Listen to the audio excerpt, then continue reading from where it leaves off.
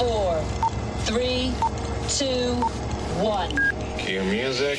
This is Movies First with Alex First. Santa having a Wild West-style shootout isn't exactly the first thing I think about when contemplating the Fatman.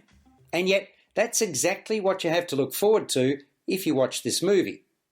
Mind you, this version of Father Christmas isn't all that rotund. Santa, here known as Kris Kringle, played by Mel Gibson, is out of sorts due to the rising number of naughty, which has adversely affected his government subsidy. He's crotchety and facing financial ruin alongside his dutiful and stoic wife Ruth, Marianne Jean-Baptiste. More's the point, he's full of loathing and bemoans the fact that altruism is gone. The only way Kris can try to rescue the business, which employs a workforce of diligent elves known by their numbers, not names, is to enter a short-term contract with the military.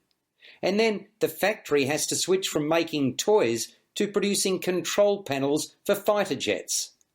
Given the invidious position he's in, unpalatable though that is, he really has no choice.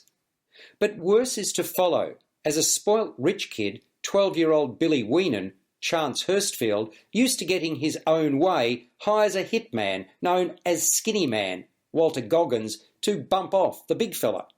That, of course, has a backstory to it.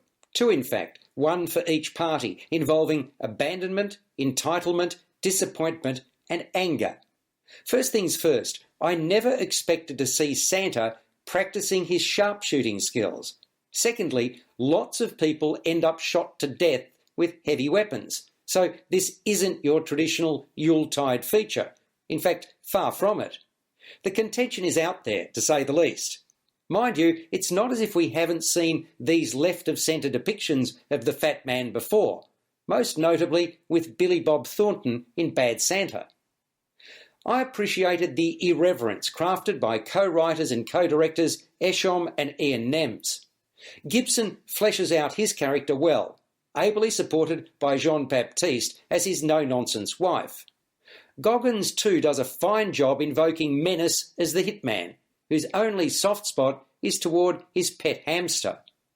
I was always concerned just how the threads would be pulled together, because of course setting the parameters is one thing, but bringing the premise home quite another. And to an extent so it proved. A showdown was inevitable, but the treatment of the kid who'd instigated proceedings appeared relatively weak, given the extent of his dastardly deeds. Still, if you have a subversive bent, there's plenty to appreciate along the way. Fatman scores a 6.5 to 7 out of 10. You've been listening to Movies First with Alex First. Available at Apple Podcasts, Google Podcasts, Spotify, iHeartRadio, or your favourite podcast player. You can also stream on demand at Bytes.com. This has been another quality podcast production from Bytes.com.